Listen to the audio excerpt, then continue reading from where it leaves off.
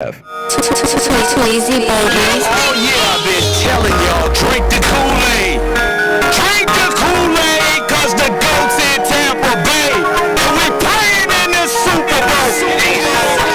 Baby say, Buccaneer. One eye patch like a Buccaneer. How you gonna ship you in a Buccaneer? One shot something like a Buccaneer. Diamonds on the shot, it comes a Buccaneer. Big spot defense Buccaneer. Feel good with the Buccaneer. Wanna shoot the kid like a Buccaneer.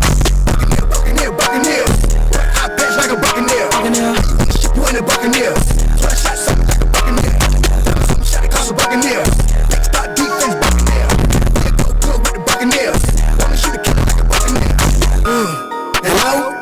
Touchdown, but just scored. Who said Brady want to go? We don't like to talk, we show. With all my bros. Tailgate looking real swole. This ain't Kyrie pose. Go bust, go. Now I don't wanna fight. Hit your heart like Mike on them Devin White. Sue just got a spike on the quarterback. 13-14 on the left and right. 14 catches, it's a hell of a night. Hurry to great morning. get him in a guy night. Yeah. I'm still a Buccaneer. I'm still a Buccaneer. Great morning. You're mic'd up on Monday morning with yours truly, Michael Clayton, and we are back in the saddle after a long hiatus.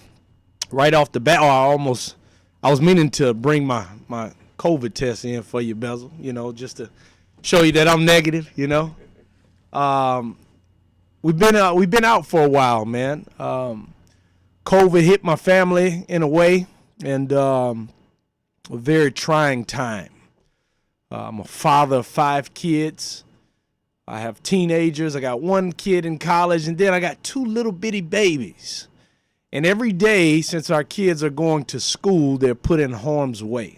And respectfully, the schools that my kids attend, they do a tremendous job of keeping parents aware of what's going on. So soon as someone or a child gets a positive COVID test, they send out an email to the parents. They let you know your kid was in contact or your kid was in the classroom with a kid who tested positive. Tremendous job by the my kid's school. So we were warned that my babies, my 4-year-old and my 3-year-old, came in contact, had a COVID positive test in their classroom. They didn't really have any symptoms. My youngest baby, as the temperature started to drop, got a little, got the sniffles a little bit. So we ended up testing my 4-year-old first. And she tested positive. No symptoms at all, except for the fact that she was a little bit tired. And as a father, when this strikes, you hear the horror stories. When it strikes one of your kids, you're like, what now? So today, I'm going to be bringing you guys some personal testimonies about things that have happened to me as of late, and try to get a learning experience. I told you guys also that, a lot of times I'm moving, I'm on the go, and, to put on a show sometimes is very difficult. I got a lot of things going on in my life, and today God put it on my heart, about 2 months ago that this needed to be a show about the people. And so today I'm going to ask whether there's a topic that you've been thinking about, something that you've wanted to ask me, a topic that you think is worthy of discussion over air. Today's going to be the day where it's all about you. Call in, please. That number is 813-444-9588. Call in and let's have a discussion. When my 4-year-old daughter, tested positive for COVID, it's crisis hits, and you have the option to worry. But depending on how you have lived your life will dictate how you carry yourself in those moments of trial and tribulation. So since the beginning, the height of COVID, my life has kind of, gravitated towards God even more so in terms of faith and trusting him, leaning on him for protection and things of that nature. So every day, the first thing I wake up, I get on my knees and I'm praying for my family. I call my children out by name, my wife, my in-laws, parents, my loved ones, brothers and sisters, those who I come in contact with who may be battling illness that I have said, literally, I will pray for you. So I make it a conscious effort to pray for those individuals by name every morning. And in doing that, I built a certain confidence that if you don't pray and expect what you're praying for, what's the point of praying? What's the point of praying?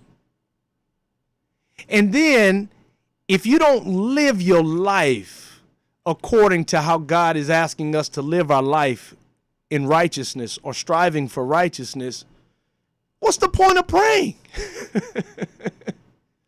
What's the point of praying? Because there are certain things that you have to do to qualify to reap the benefit of the blessing of God. And it seems like, I don't want to turn this into a pastoral service, but I do want to tell y'all what's on my heart and what the things that have transpired and how I was able to kind of weather this storm as of late. And a lot of it had to do with just trusting in God, but also lifestyle and actions that we're taking.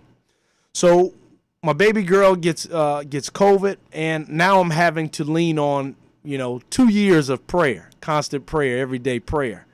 So now I'm in the heat of the battle. How do I think? What do I expect? Have I lived my life accordingly to receive what I'm asking for from God? I believe so. Even if I fell short, the majority of my life, past 7 years, maybe a little bit longer than 7, maybe about 10 years, but my life as of the past 10 years, I've redirected myself away from the world and aligned myself with God, and I've tried to do that every single day of my life. And I trusted. I knew that everything was going to be okay. I'm not telling anyone to do this, but I'm just telling you what I did. Maybe something will come out of this. Now, when somebody gets COVID, you don't want to be all in their face. You know why? Because you're probably going to get COVID. Let's have some common sense here, okay? But there are some things that sometimes things happen that you just can't explain. And the only way for you to explain them is just to tell it like it is. So that's what I'm going to attempt to do today. So my baby girls get COVID. My 4-year-old tested positive for COVID. And then about 3 days later, my 3-year-old started getting some symptoms. She got, a stuffy nose, runny nose. So we tested her. She's positive too. So now I'm in the house. My 2 babies are, have COVID. What's going to happen? My wife's a doctor. She got to go to work. I got to go to work. Obviously, her job has priority over my, free-flowing entrepreneurial spirit that I have. So she's going to work, and I'm taking care of the kids. And, my life has just stopped for 2 weeks. All right. And every day it's like, you can't communicate with your children like you got COVID. No, it'll scare the living crap out of them because my daughters are 4 years old and 3 years old, and they know what COVID is. All right, they're faced with it every day. The protocol, the mask wearing, is hit their spirits where they know exactly. So you tell them they got COVID, they're like, oh, they think they're panicking. So I'm doing my best to say, hey, baby, you sick? Cough into your elbow. We're not gonna be in each other's face, Daddy. They ain't trying to hear all of that. They want their kisses. They want their hugs. They want Daddy to take his mask off. They want all of that. So lo and behold, I give in and I say, you know what? If I'm gonna get COVID, it's gonna be for my babies, and if it is to be, then that's just how it's gonna be, And I'm not afraid. If it's my time to go, I've lived my life accordingly. maybe I'll have a chance to go on to a better place than this evil world that we live in. So I go on as business as usual with my daughters, taking care of them, nurturing them all day, for, full week. And I don't get COVID. I'm testing, every 2-3 days. I got no symptoms. I'm testing. One scary time, I was getting heat flashes, all right? I was getting heat flashes. I was like, oh, Lord, here it is. I got that good COVID. I was getting heat flashes. But then I realized that, I cleaned out my closet and I saw some old linen fits, all right? Old linen fits. Y'all know back in the day we used to wear our clothes really, really big. So, these days, I would like to wear my clothes more fitted. So I pulled out my linen fits and then Beelzebub. I started wearing my linen fits to bed, to sleep, like Ron Isley. I was like, I ain't throwing these linen fits away. I remember back in the day, I paid good money for these linen fits. How can I put these linen fits to use? I started going to sleep in them. And as I'm getting these heat flashes, I'm like, oh, I got COVID. Then my mind say, no, stupid. You got a linen fit on. You got a linen fit. I was like, oh, I took that linen. I had a long sleeve linen shirt on. I took that linen off and I was fine. One little scare. Throughout this process, man, I'm all in my daughter's face and, 1 week passed. I test like 4 or 5 times. No COVID. And then my wife comes down with COVID. And it's like, I'm the one in the kid's face every day. And, and obviously, honestly, it's a different level. Mommy, they're like mommy's shadow. They're all up in mommy. Daddy's just close, nearby, hugs and kisses. But mommy gets COVID too. So now I got kids that have COVID. 4 weeks ago, my 15-year-old had COVID. And now my wife has COVID. So there's no escaping this thing. All right? How do I come up out of this thing? We're going to take a quick break. I'm going to give you all the details. Hopefully we can learn a little something today. Remember, that number to call in is 813-444-9588. Today, I want to hear from you, the listener. Anything you want to talk about. Today's the day. You're mic'd up on Monday morning with yours truly, Michael Clayton. We'll be right back. Buccaneer. One eye patch like a buccaneer. How you gonna ship you in a buccaneer? One shot something like a buccaneer.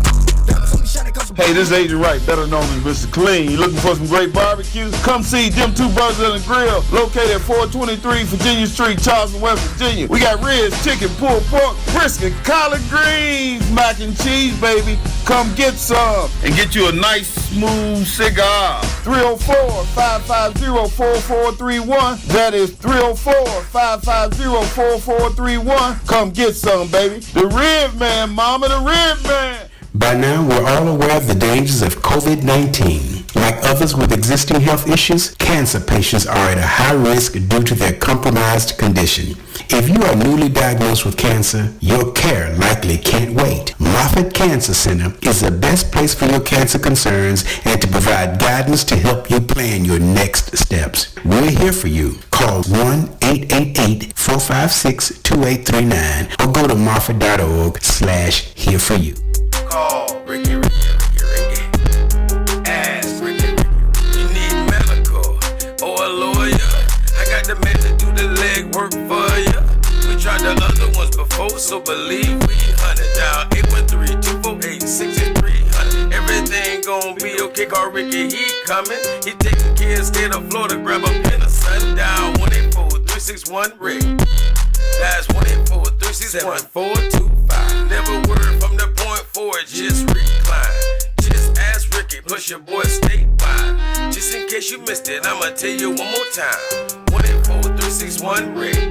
Call Ricky, ask Ricky is a legal medical referral service. The doctors and lawyers in our network are trained in handling auto injury claims and getting you the best medical treatment and recovery. Dial 1-844-361-RICK. That's 1-844-361-7425. Ricky. Ask Ricky. Tweezy babies. Oh yeah, I've been telling y'all, drink the Kool-Aid. Drink the Kool-Aid, cause the GOAT's in Tampa Bay. And we playing in the Super Bowl. Welcome back. You're mic'd up on Monday morning with yours truly, Michael Clayton. The number to dial in today, 813-444-9588. I want to hear from you if you're out there listening to us. Segment number one, we were talking about how COVID just hit my family out of nowhere. My 15-year-old daughter had COVID 3-4 weeks ago. Then my 2 baby girls get COVID. Then my wife is hit with COVID for the second time. And I'm in the midst of it. You know, how do I respond having to, you know, I'm an entrepreneur. I own my own business. Yes, we're outside working. Green Tiger Tampa. If you need your house cleaned up, give us a call. Shameless plug. We're out there for you. But how do you navigate when, you know, the pandemic hits you right in your home? So I'm encouraging people to say, hey, don't do what I do. Just hear what I say. Just hear what I say. So COVID hits my family, and I'm like, you know, I've been praying for, 2 years straight since COVID hit about the protection, and I don't fear COVID. It is what it is. I choose to lean on God and seek His protection, and if God's purpose is to protect me, then hey. But if it's not, then hey. What's your attitude? There was a story that reminds me in the Bible. I think it was Moses who had a son, and I could be getting this wrong, but he has a son, and the kid is sick, and he's praying for the life of this child, praying for the life of this child, and he's a man of God, and he's expecting God to hear his prayers. But then God takes the life of the child. And then what happens then? Will you be shaken if God doesn't answer your prayer? No, in the Bible, he went back to business as usual, back to praising and honoring God and seeking God. So it doesn't matter what the outcome is.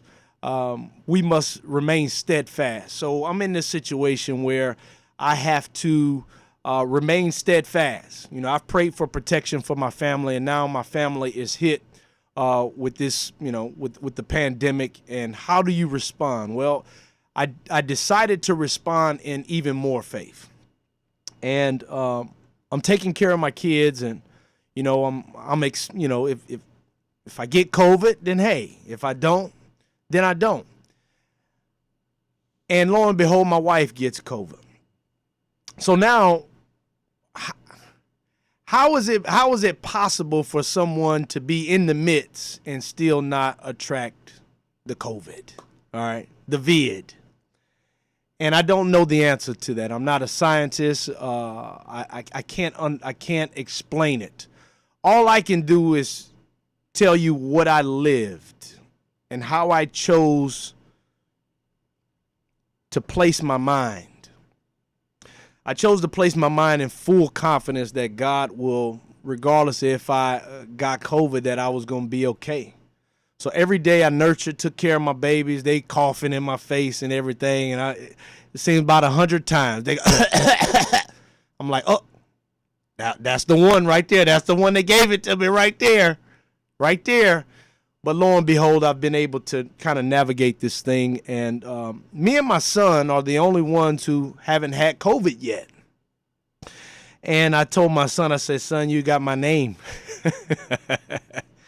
You better, the blessings that God gives me, you automatically inherit because I gave you my name, son. So look at what I do, how I carry myself. How I lean on God. My kids are always mad at me. Every single morning when I bring my kids to school, I could just hear here we go again. Because I'm always playing either gospel music, Christian rap, or I'm listening to a sermon. And they hate it. Honestly, they really do. It's annoying to them. And the one thing that I realize is all they want to do is listen to their music. All right, the same music we hear on the radio, the same type of music I grew up on, the same type of music I listened to when I was young. I I see how music can turn you into someone that God does not want you to be. So every day I try to live by example, but sometimes my kids are not willing. And then when we are hit with real life situations that we can learn from, my prayer is that my kids can see how God is active in my life. So that's why when trials and tribulations hit, it's not a bad thing. When trials and tribulations hit, it's kind of like what God told to Paul when Paul was asking for God to remove that thorn from his side.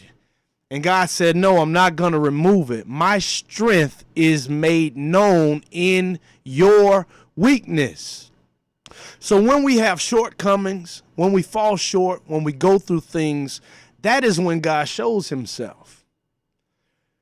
So if you have a life where you're prayerful, you have a life where you are trying to navigate towards God and getting to know God, there are some things that you're going to have to go through so that God can utilize you as a vessel. And as of late, it was this COVID thing.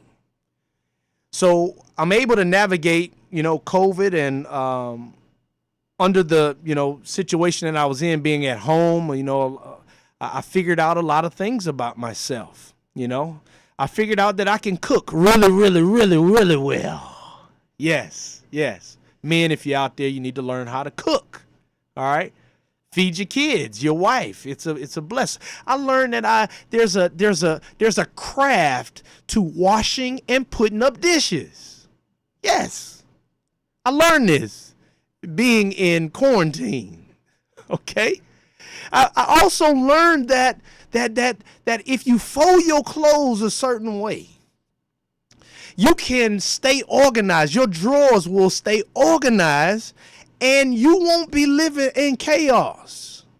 If you have 6 people in the home like I have, you know that laundry is a mess and can be chaotic, clothes everywhere. If you don't wash your clothes, you walk into somebody's house and you smell the stench of onions, all right, and funk on top of onions. It's probably because they're not managing their laundry room well. I had to learn how to, that there's a skill into managing laundry, folding, cleaning. I learned this under, quarantine. So now I come up out of this thing with some well-received gifts. My wife was like, "Oh my God, like this is amazing." Cooks, he can cook really, really well. He can clean really, really well. But that boy do clothes like the cleaners. Yep. I learned all of this under COVID. I learned a lot about myself. I learned organization. I'm sitting here for the first time, and I'm with my kids all day, and they just wreak havoc on my house. Toys everywhere. 1 million Barbies. Whose fault is it? It's mine and it's my wife's. We buy all of this stuff. But it's toys everywhere. Every single square, all of them with their room. So I go and I buy some little containers. I go down to Walmart. I buy that, not leather, but it's like pleather, It ain't going to last long. But it looked good for the time being. And I bought these pleather, dark pleather,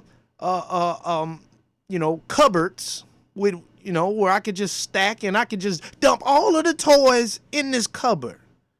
So now where it would normally be toys everywhere all week, now in a matter of 7 minutes, I love the number 7. 7 minutes, I can clean up the whole house. Just throwing stuff in cupboards, throwing stuff in cupboards.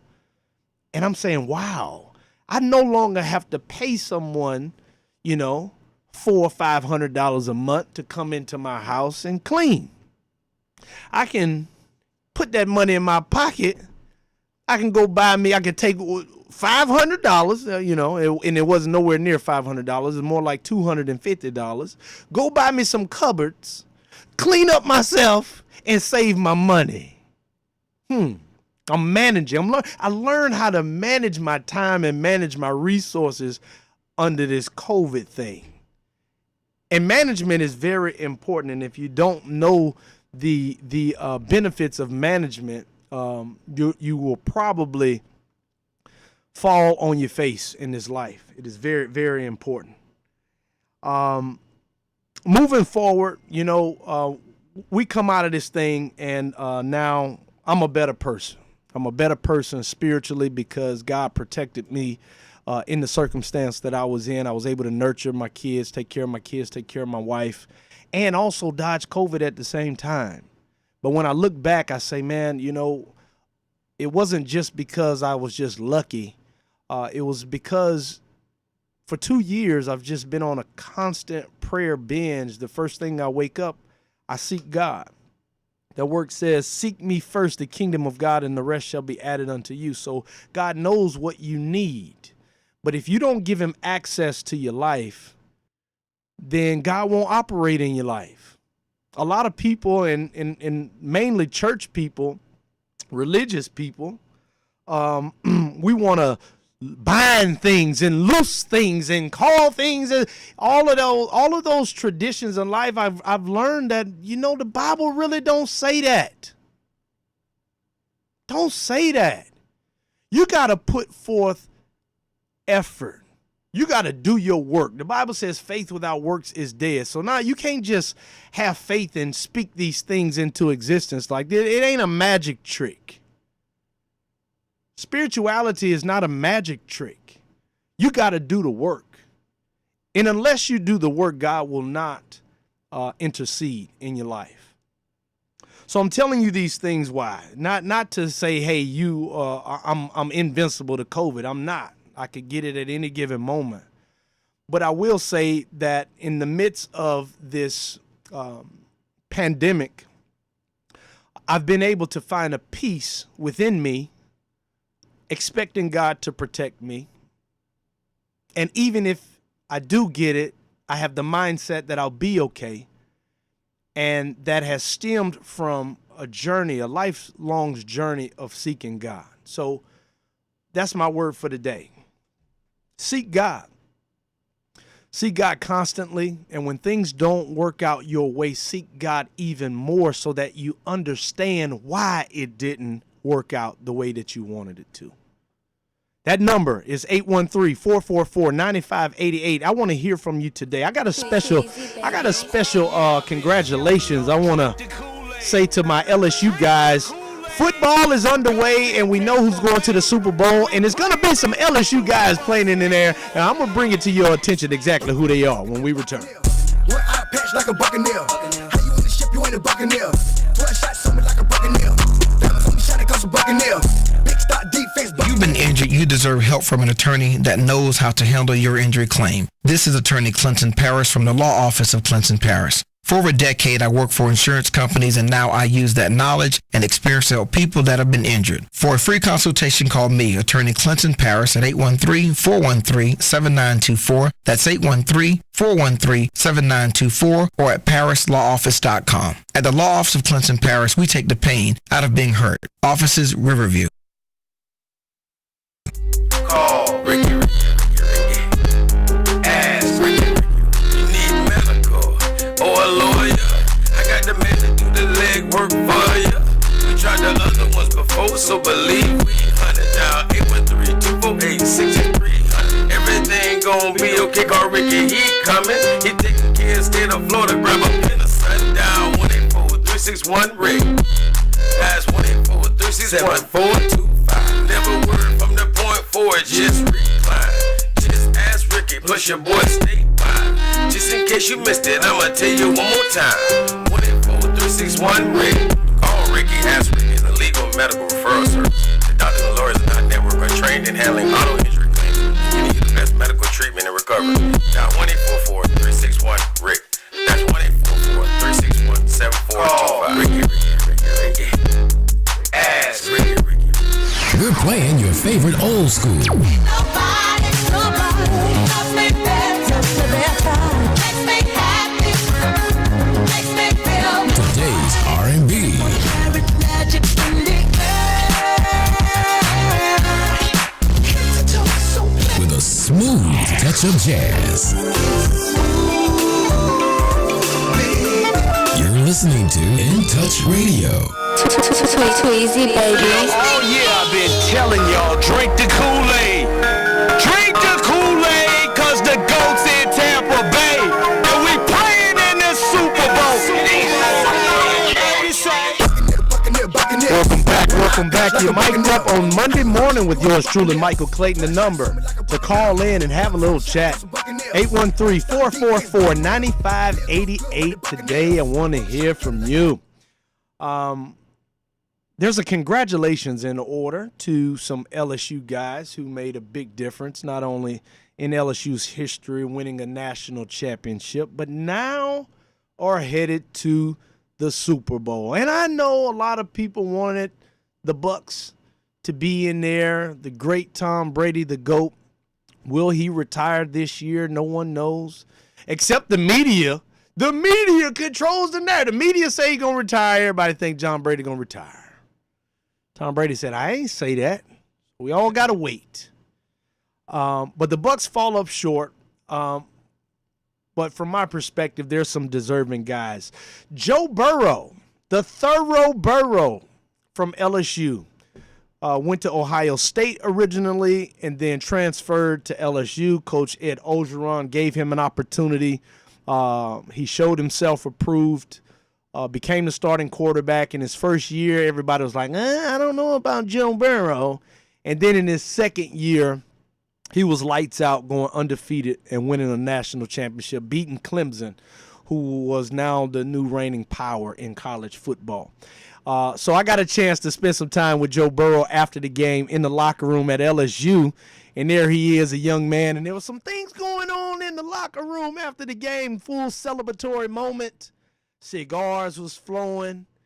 The styrofoam cups was up. And fellas was having a good time. And Joe Burrow, as a man in LSU's culture, needing to, when you attend LSU, it's important for you to know, your former players, guys who have paved the way. And I was blessed to get a picture with Joe Burrow, who went on to win the Heisman and who's now playing in the Super Bowl. And then my other young man who forewent his junior year, only played 2 years in college football, his junior year and his senior year due to COVID. He left early, but then he didn't play his junior year because of COVID concerns. And then he goes into the draft. He ends up getting drafted, and I'm talking about Jamar Chase. He ends up getting drafted by Cincinnati to go play with Joe Burrow, who was drafted by Cincinnati Bengals. And now both of them are on the same team. And Jamar Chase broke the touchdown record at LSU, had a monster year. And he came out and he said, I know I'm going to break all of the rookie receiving records. He said, I know it. And I say, how did he know that? Well, let me go back in history. If a man coming out of LSU knows he's going to break the all-time rookie records, why would he have that confidence? Well, there was a guy by the name of Michael Clayton back in 2004 out of LSU who broke the records. And then there was a guy by the name of Justin Jefferson out of LSU who broke the records. All right. And there was a guy by the name of Odell Beckham who came in as a rookie in the NFL and broke the record. So there were a lot of former LSU wide receivers who were at the top of this rookie list. And Jamar Chase knew, man, I'm better than them guys. So if those guys go off in their rookie year and they have a well of a year, their rookie year, I know by confidence that I'm going to hit the NFL and take it by storm. And that's exactly what he did, putting up the largest numbers by any rookie in NFL history. And now he is the main target as a rookie, and he's leading his team to a Super Bowl. So congratulations to my LSU guys, Joe Burrow and Jamar Chase, for taking their teams to another level. Last year, the Cincinnati Bengals only won 2 games. And now, full turnaround, they find themselves in the Super Bowl. and it's largely due to my LSU guys. So I want to say thank you for the memories that you created at LSU, and thank you for being consummate pros in the league and winning your and leading your teams and your city to being the world's best, or an opportunity to be the world's best. So congratulations to those guys. It seemed like the Kansas City Chiefs was trying to give that game away, all right? And we all heard the saying, any given Sunday. That's exactly what it was. Also, congratulations to my former coach, Sean McVay, with the Los Angeles Rams, who is now in his second Super Bowl in 5 years, leading the Rams. Raheem Morris, who was my former coach, head coach for the Bucs, is the defensive coordinator. Maybe, maybe not. He'll be on the lookout for a head coaching job. There are a lot of jobs available, and it seems like they're trying to pluck the youngest, whitest. No, did I say that? No, they're trying to pluck. They're trying to pluck the youngest coaches out there. So maybe some coaches of color will have an opportunity. As we see, Byron Leftwich was just selected to be the head coach at Jacksonville. There are many more candidates who are people of color, young, who know the game of football, who are destined to lead teams to greatness, and Raheem Morris is definitely one of those. So I want to say shout out to my old coach as well. There was something also that transpired in my home, and Bezza, you show my daughter getting her hair washed. Those who have kids will feel my pain, girls specifically. If you got girls with long hair, I mean, and you know, I don't know, in a black person's home, you got to brush your hair, okay? You got to comb it, you got to wash it. It's just like washing your body, okay? Every day you got to comb, you got to nurture, or it's going to be all tangled up. People going to call you ratchet, okay? And so with my 4-year-old and my 3-year-old, they don't understand what's going on. They don't like water getting in their ears, and they, my 4-year-old, she's terrified of water, and washing her hair is just like this. It's just, I don't know, all hell breaks loose. Like, I gotta hold her down. My wife has to wash her hair. Every day is just a panic episode. All right, a panic episode. Not every day washing her hair, but every week we're going through this. And sometimes she don't even get her hair washed. We just put it in a ponytail, put it in a bun, and we send her on her way because of how she lashes out, because she doesn't like to get her hair washed. So I wanted to, for two reasons why I wanted to bring this to y'all's attention, those of you who have young daughters like me. One is because this device has brought complete peace in our house during this time of washing. Okay, and it's called shampoo time. Okay, and what it is, and usually, you lay on the counter, on the kitchen counter, you put your hair in the sink, and mama washes your hair in the sink. And then just imagine, I'm over my daughter trying to hold her down, trying to hold her neck straight, and she's in a frantic, it's just, and you can imagine, if daddy's holding you down one time, he's got to do that every single time you get your hair washed. It's chaotic.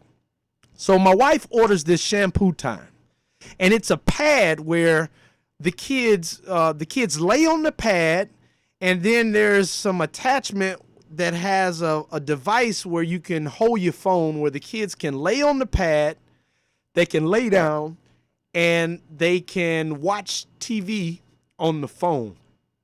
And the response was my child didn't cry one time. So imagine this, and I'm talking about shampoo time. Imagine this, for 3 years, for 2.5 years, we've been going through this frantic panic when my daughter gets her hair washed, and out of nowhere, she lays down on this pad, she sits back, she watches her phone, and she's completely quiet. And my wife is just crying at the fact that she can now have peace. She's not struggling with my daughter. We're not scaring her. We're not holding her down.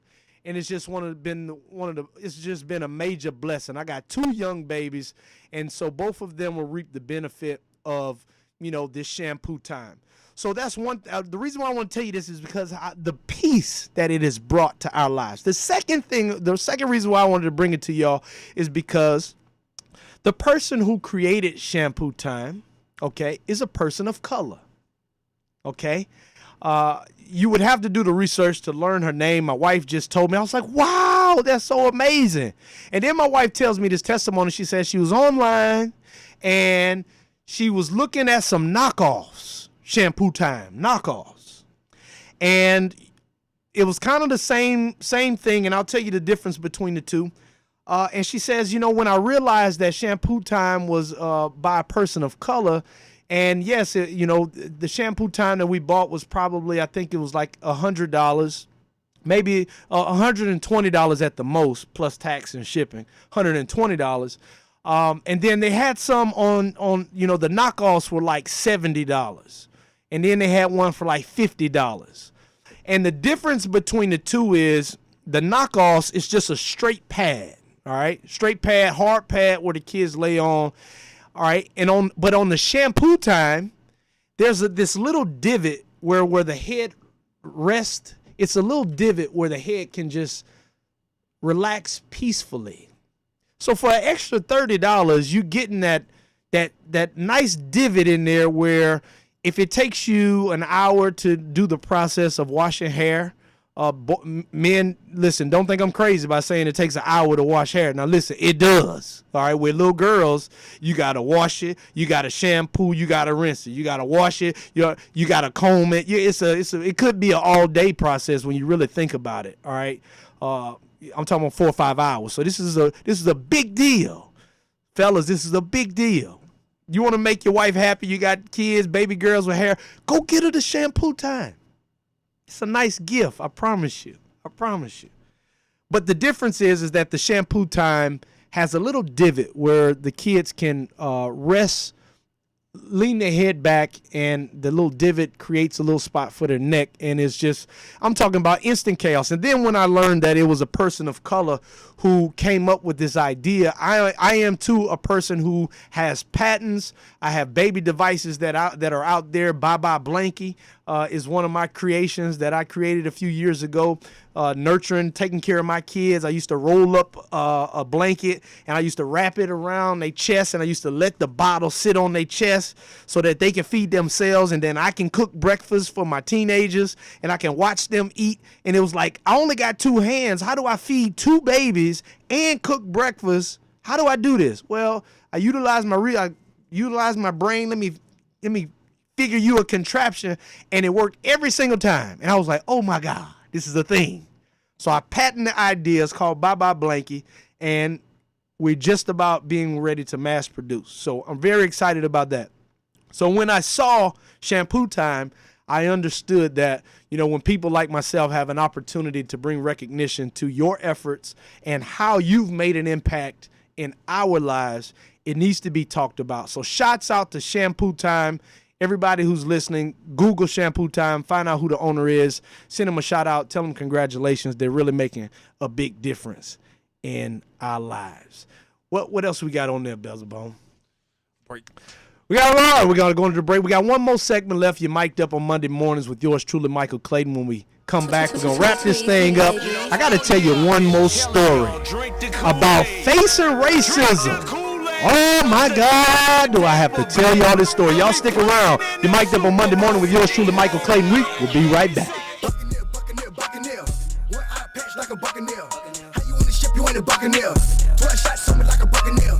Diamonds on me shining 'cause I'm cold. Ricky. Ask Ricky. You need medical or a lawyer. I got the man to do the leg work for you. We tried the other ones before, so believe we hunted down 813-248-6300. Everything gon' be okay, call Ricky, he coming. He taking care of state of Florida, grab a pen of sundown. 184-361-RICK. That's 184-361-7425. Never word from the point forward, just recline. Just ask Ricky, push your boy statewide. Just in case you missed it, I'ma tell you one more time. 184-361-RICK. Call Ricky, ask Ricky is a legal medical referral service. The doctors and lawyers in our network are trained in handling auto injury claims and giving you the best medical treatment and recovery. Dial 1-844-361-RICK. That's 1-844-361-7425. Ricky. Ask Ricky. We're playing your favorite old school.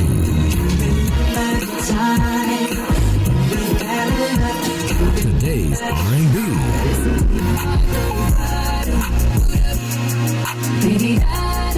With a smooth touch of jazz.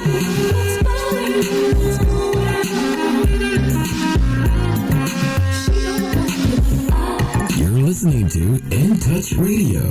Too easy, baby. You know, all year I've been telling y'all, drink the Kool-Aid. Drink the Kool-Aid, cause the GOAT's in Tampa Bay. And we playing in the Super Bowl. Buccaneer. Welcome back. You're mic'd up on Monday morning with yours truly, Michael Clayton. The number to call in, 813-444-9588. I would like to hear from you today. If you have something you want to talk about, this is the last segment. Let's get it in. Have a chat. So as we wrap up the show, sometimes I like to bring you some Michael's Mess. And that's what we'll finish off the show with, a little bit of Michael's Mess. And the topic of discussion in this last segment is facing racism, okay? And it all began for me when I was about 7 years old. 7 years old, me and my buddies and my cousins, it's like 5 or 6 of us riding our bikes in our neighborhood, and we decide we're going to cross over the highway, which is Perkins Road. And when I say highway, I'm talking about back then it was just a two-lane street where, a main street where the cars were flowing. Well, right across the street from my neighborhood, and my neighborhood, though it was a average income neighborhood, it still was an all black neighborhood, just families who had made it out of the real hood. But across the street, it was this neighborhood called Oak Hills, and it's all white neighborhood, and they have sidewalks in their neighborhood. They had a pond in their neighborhood. They had these beautiful, beautiful white swans in the neighborhood. So me and my buddies and my cousins, we were driving, 7 years old, imagine, kids. We were driving it, cross over the highway. We weren't supposed to cross over the highway, by the way. All right, being defiant, being rebellious. We crossing that highway. We going on a nature ride. So we go into Oak Hills, and we begin to ride our bikes, and we're on the sidewalks, and we go all the way to the back of the neighborhood, and we see this pond, and they have like a patio, a wooden patio on the sidewalk, where the sidewalk actually turns into a patio. So we're thinking like it's a part of the neighborhood, like nobody owns this. It's just a part of the neighborhood. So we're looking at the swans, never seen swans before. We're like, wow, it's so beautiful. And then this white man comes out, and he literally grabs my bike, and he just begins to yell at us.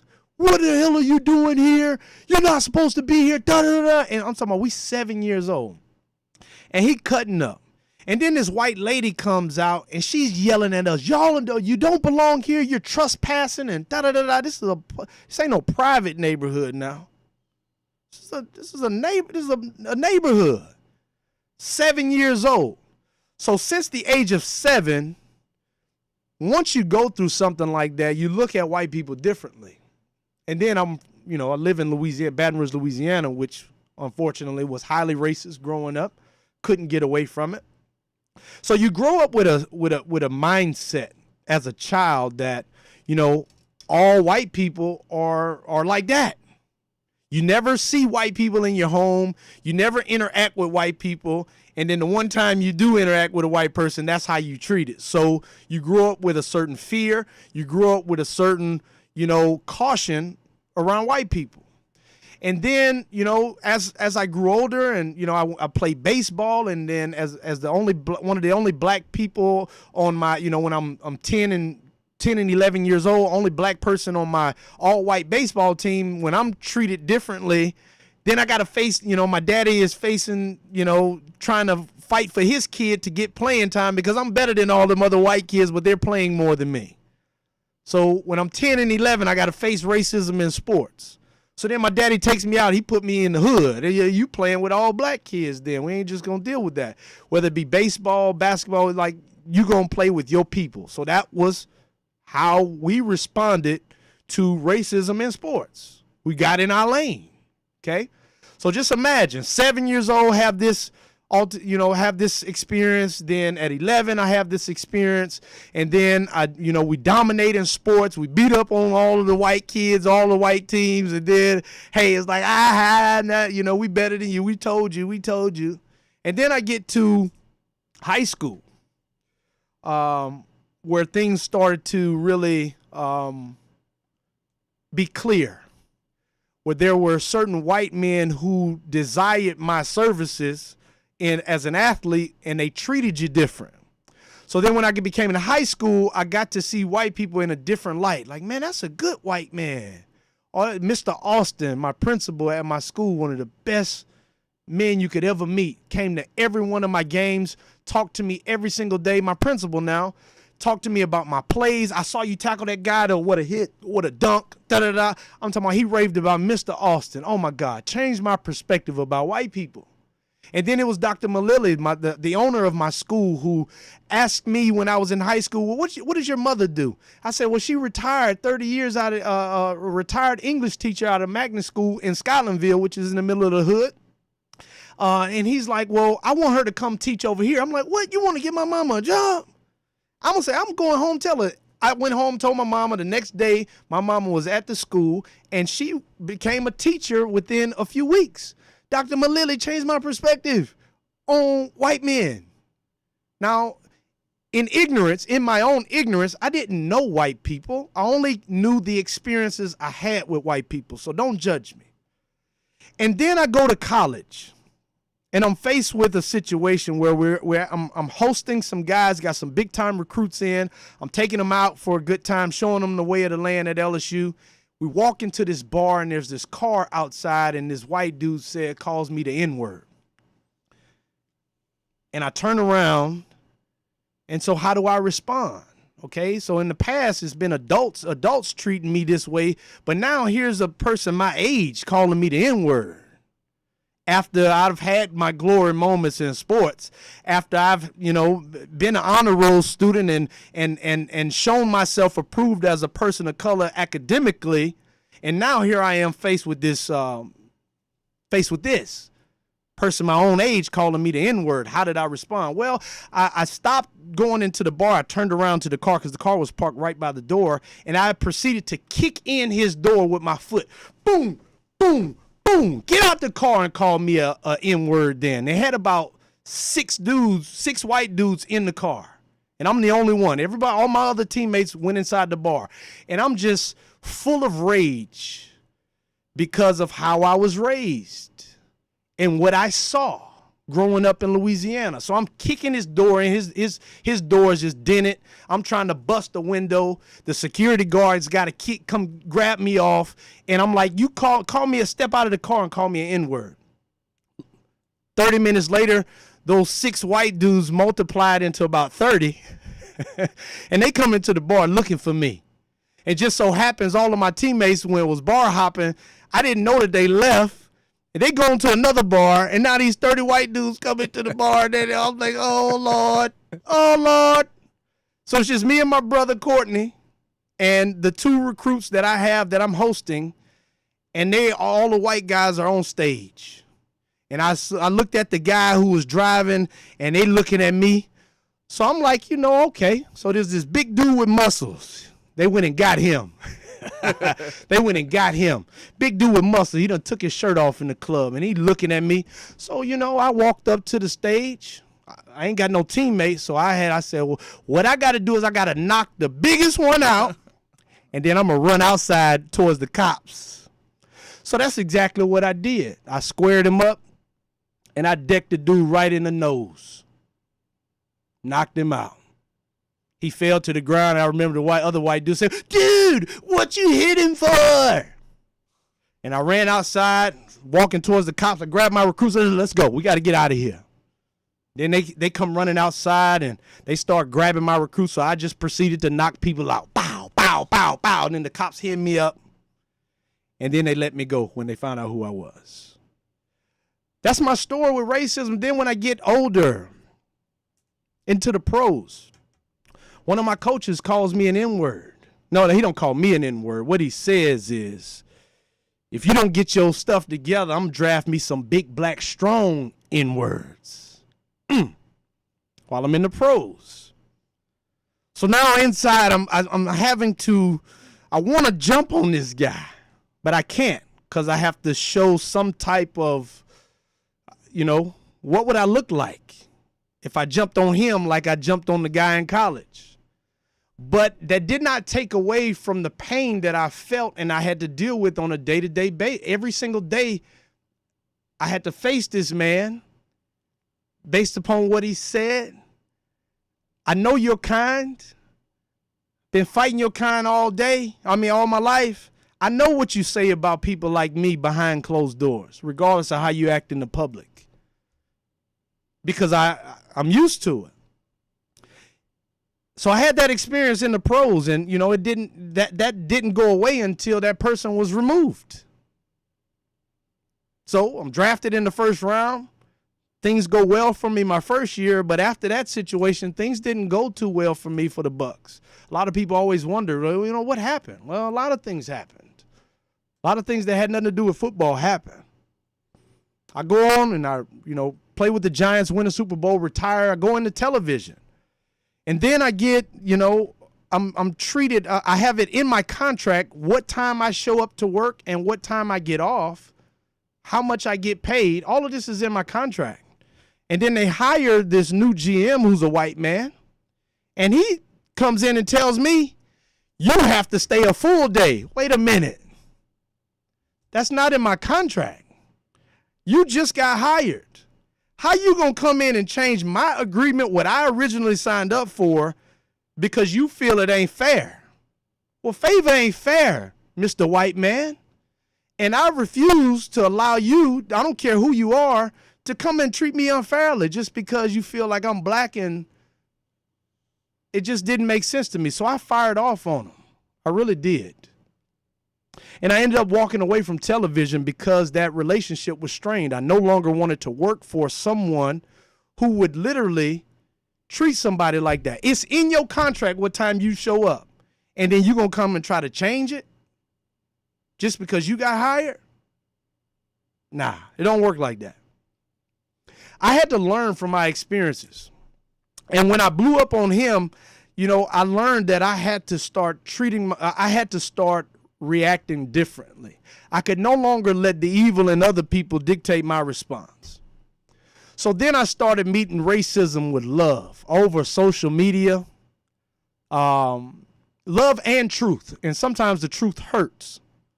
But I always would make sure that I responded with love and truth, meaning I responded in the way Jesus would respond. Tell you truth about yourself, but do it in a loving manner.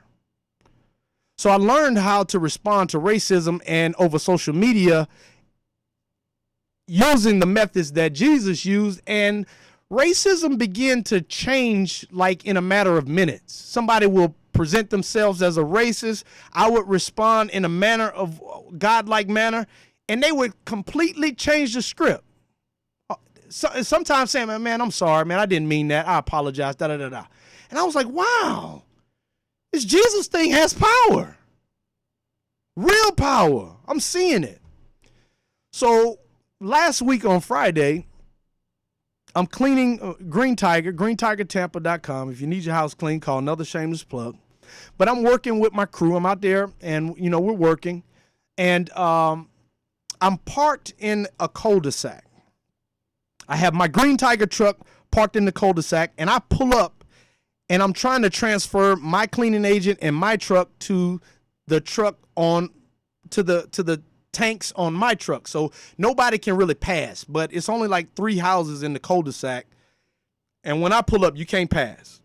And so just so happens it was wrong timing. The garbage truck comes, and the garbage truck cannot get to the other 2 houses. And I see this happening because my truck is parked there. So I go get the garbage cans, and I bring it to the garbage man, and he, dumps the garbage can. Then I bring the neighbors their garbage can back. And then there was this old white man next door to the house that I was cleaning. He comes out, and he was like, sorry you had to do that. And I said, no, sir, that was really my fault. I took the time. I was trying to transfer this cleaning agent to my truck really quick. And unfortunately, the garbage truck came, So I had to make it right because I was actually in the wrong. And he looks at me and he says, well, that just must be the stupidest goddamn thing I ever seen in my life. I said, excuse me? Now, granted, this man is probably like 75, 80 years old now. All right? And I'm like, excuse me? And he says it again. And I said, sir, come here for a second. And I said, let me show you why this isn't the stupidest. And I repeat exactly what he said to me. And as soon as I repeated what he said to him, he was like, oh, I don't want to hear that. I don't want to hear that. I said, sir, you said it. I'm just using the words that you said. And I said, now come over here so I can help you out so you understand why it ain't the stupidest. And I repeated what he said again. I said, sir, I take care of 6 families. I said, my business takes care of 6 families. I have to work, and they depend on me to make sure that we are efficient. That's what I tell them. And I said, you see, I parked right here because he said, why you didn't park over there? And I said, well, the reason why I didn't park way over there is because I can't transfer my cleaning agent from way over there to over here. Just unfortunately, you're in a cul-de-sac that doesn't give me the leeway to park anywhere else. And all I needed was about 5 minutes. Unfortunately, the truck came. And I said, listen, sir, I'm a man of God. And I said, the only thing that I do in my life now is utilize all of my resources to show the love of God. And I said, man, I'm going to pray for you because I'm a man of God. And I don't appreciate you coming outside and speaking to me in that manner. He looks at me and he says, well, I'm a man of God too. I said, no, sir. I said, men of God do not speak that way. And I'm going to pray for you. And I walk away. And then I go and, I tell my workers what happened because they're hearing and they're seeing what's happening. They want to, so I explained to them what happened. I explained to the neighbor what happened because she saw what happened. She was like, what? The person's house that I was cleaning, she comes out. She was like, oh, my God, he doesn't even speak that way. I said, ma'am, I'm black. All my life, I've had to deal with that. And that don't bother me not one way because I found the remedy how to deal with that. And that's just showing God's love, smiling in my response. I'm good with that because God will use me now because he's built me up and given me strength to deal with people like that. And I said, don't bother me not one bit. The thing that happens next will blow your mind. The white man comes outside not once, not twice, not 3 times, not 4, 5 times. This old white man comes outside in tears to apologize to me 5 times. And he says to me, I just can't get over how I act. I say, sir, we all have an opportunity to get better. I said, everything happens for a reason. And the reason for that happening is to show you where you are. And if you're willing, the opportunity to get better. 5 times he came outside to apologize. On number 3, 4, and 5, he called me by name. Michael, I gotta do this. And it was just unbelievable. Unbelievable. The only thing that I told him was I'm a man of God and I'm going to pray for you, sir. Man of God, and I'm going to pray for you. 5 times he came out. And then the last time he comes out, he says, my wife just told me our roof is looking a little moldy in this spot here. And, we're going to have it done. And years ago we had this done and they burnt up some plants. And I started to explain why he had the damage he had. He had no gutters. You clean your house, you got a shingle roof. You have no gutters. When we leave, there's no more rinsing. If your plants are planted on the drip line, you're probably going to have a little bit of burning. It's not going to kill your plants, but you'll have a little bit of burning. He was concerned about that. So I explained to him the process of what could potentially happen. And he ended up hiring me. Blew my mind. Not only did that man get a testimony or get what God had for him, which was kind of a jolting of the spirit, but my workers also saw how their boss carried himself under the fire. And that's how I would want my business to be ran, by my workers carrying themselves as I do, as their leader. And that being a person who shows God's love in all that we do. How we clean houses, we show God's love. We go over and beyond when we get an opportunity to clean. So 2 people were blessed, or 2 people were better. Not only was that man a better person, I believe, coming out of it, but my workers were better workers, seeing how to handle those types of things. Because when you black and you working in the service industry, unfortunately, you're going to be hit with this. I have Miss Brittany who works for me. She's a Spanish lady, but, you know, in our world, you would say she's white. You know what I mean? She could pass for white, honestly speaking. When I have her doing, calls and all that, I never have any problems. I hired one of my teammates to go walk around and do some, soliciting, try to gain jobs. And on the first day, 7 people called in to report a black man was walking around passing out flies. Been doing this business in Tampa for 2 years. Not one time did anybody, any neighborhood ever complain about Miss Brittany walking around soliciting. But as soon as a black man did it, 7 calls on the first day. So just imagine. And then I'm faced with, do I put Miss Brittany back on this task? Or do I continue to kind of make the world a better place? And I don't know. I had to make a decision. To wrap this thing up, we out of time. Mind how you treat people. Mind how you respond. Respond to people in a godly manner regardless of how they treat you. And watch God work. Watch God work. Another shout out to Shampoo Time. Y'all remember that if you got girls, daughters at home, you're washing hair and it's a problem, Shampoo Time is a device, affordable, and it's life-changing. That's all we got for today. I appreciate y'all tuning in. You're mic'd up on Monday mornings with yours truly, Michael Clayton. Look forward to Monday night, Mike. Huh? How about that? This morning thing is getting the best of me. We're going to chime in at nighttime coming on. Love y'all. Y'all stay tuned.